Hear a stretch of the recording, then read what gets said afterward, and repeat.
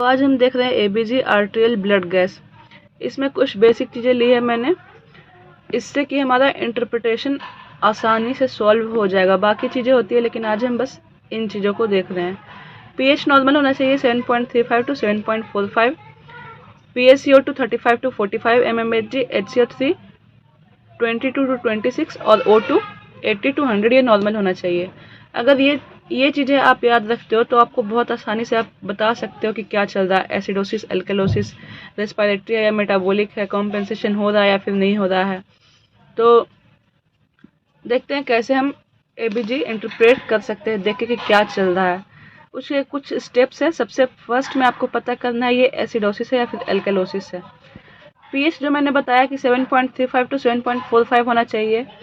अगर पीएच 7.35 से कम है तो वो एसिडोसिस साइड में होगा और 7.45 से अधिक है तो वो अल्कलोसिस होगा। ठीक है, ये पहला स्टेप था, बहुत आसान था। सारे स्टेप आसान है, बस समझते जाओ। सेकंड स्टेप क्या है, उसमें हमको पता लगाना है कि रेस्पिरेटरी या फिर मेटाबॉलिक है। तो एक चीज़ आप यहाँ पे ट्रिक याद रखो कि PaCO2 का जहाँ पे रोल आएगा ना वहाँ पे एसिड याद रखना। ऐसा है नहीं कि ये एसिड होता है, बस आपको याद रखना है। लंग्स के थ्रू रेस्पिरेशन होती है, उससे हमारा CO2 का रोल आता है। ठीक है, तो ये रेस्पिरेशन से रिलेटेड होगा जब भी PaCO2 रोल में आएगा, और वो एसिड याद रखना।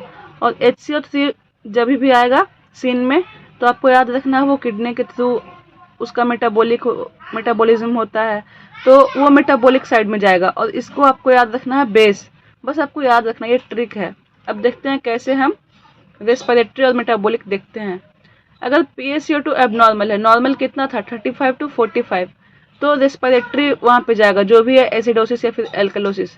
आगे चल के हम कुछ एग्जाम्पल्स देखेंगे तो उसमें अच्छे से समझ में आ जाएगा। अगर 35 से लेस है तो रेस्पिरेटरी एल्कलोसिस जाएगा। क्यों?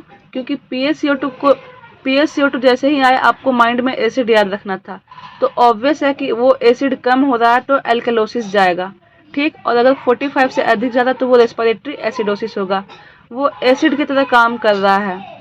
ठीक है, तो वो एसिडोसिस बढ़ाने पे एसिडोसिस, और अगर वो 35 से कम हुआ तो एल्कलोसिस।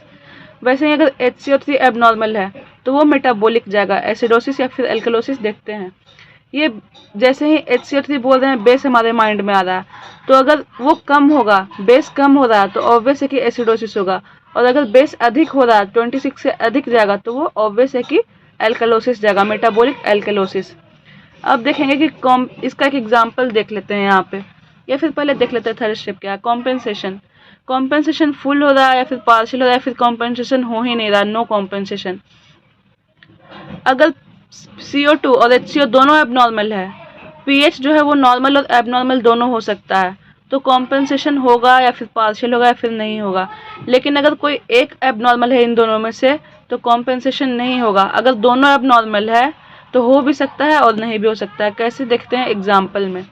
यहाँ पे एग्जाम्पल देखो, पीएच है 7.30, तो ये 7.35 से कम है, मतलब एसिडोसिस जाएगा। ठीक है, CO2 कितना है 52 है, होना कितना चाहिए 35 टू 45, तो अधिक ज़्यादा है यानी कि।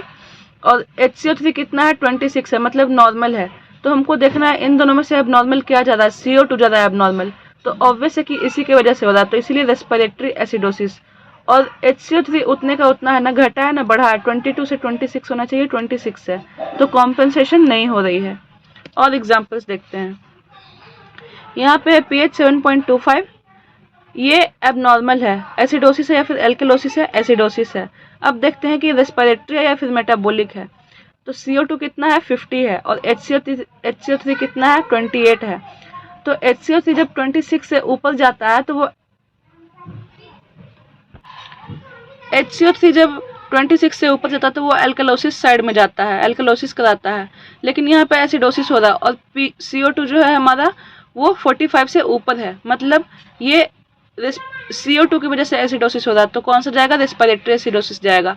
और CO3 जो है वो 22 से 26 होना चाहिए था, लेकिन है 28, मतलब कहीं ना कहीं ये जो रेस्पिरेटरी की वजह से एसिडोसिस हुआ है उसको ये कॉम्पेंसेट करने का कोशिश कर रहा है। हमारा मेटाबॉलिक एक्टिविटी, हमारा किडनी का एक्टिविटी, उसको कॉम्पेंसेट करने का कोशिश कर रहा है, इसीलिए खुद को बढ़ाया, वैल्यू बढ़ाया, 26 होना चाहिए नॉर्मल, 22 to 26, लेकिन ये उससे ऊपर गया है कि चलो हम इसको कॉम्पेंसेट करते हैं। लेकिन कॉम्पेंसेशन ये कर रहा है, लेकिन क्या हो पाया कॉम्पेंसेशन? ये pH नॉर्मल रेंज में आ पाया? नहीं आ पाया, तो इसीलिए ये पार्शियल कॉम्पेंसेशन है। ठीक है, नेक्स्ट एग्जाम्पल देखते हैं। pH है 7.50 और CO2 है 30 और HCO3 है 32। तो pH तो सबसे पहले एल्कलोसिस चला गया।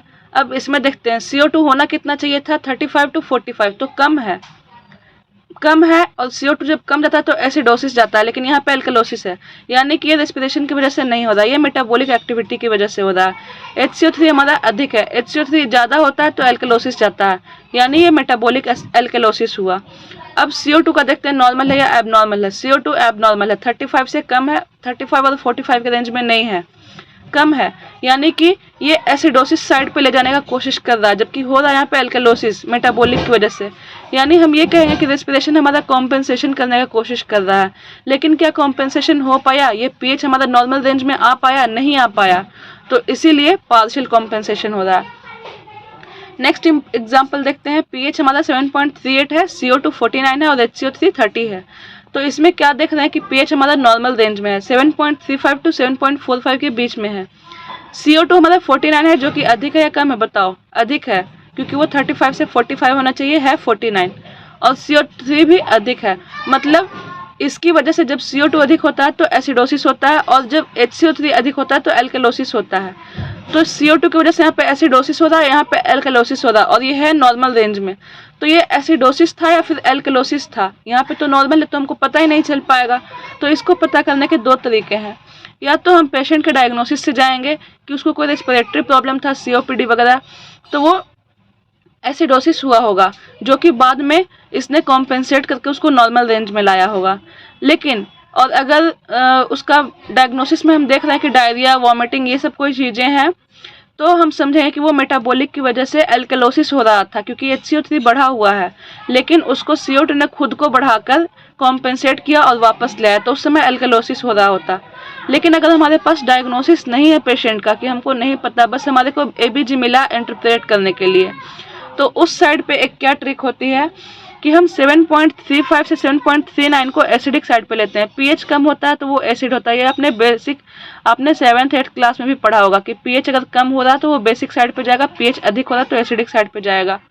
तो 7.35 से 7.45 के बीच में जितने भी आते हैं, तो 7.35 से 7.39 को हमने एसिडिक साइड पे लिया है, ठीक है, इन नॉर्मल के लिए, क्योंकि ये नॉर्मल रेंज में आ रहा है ना, लेकिन हमको यहाँ पे कॉम्पेंसेट करके दिया, इसलिए एसिडिक साइड पे ले रहे हैं। और 7.41 से 7.45 के बीच में जो आता है उसको हम एल्कलोटिक साइड पे लेते हैं। तो ये देखो, ये किस में आ रहा है? 39 तक में आ रहा है, तो ये हम एसिडोसिस साइड में लेंगे। और N लिखा है क्योंकि ये कॉम्पेंसेट होकर नॉर्मल हो चुका है, तो एसिडोसिस हो गया। अब एसिडोसिस होता किसकी वजह से है? CO2 बढ़ेगा, CO3 बढ़ेगा, तब तो वो एल्कलोसिस जाएगा, तो ऑब्वियस ये रेस्पिरेटरी एसिडोसिस रहा होगा।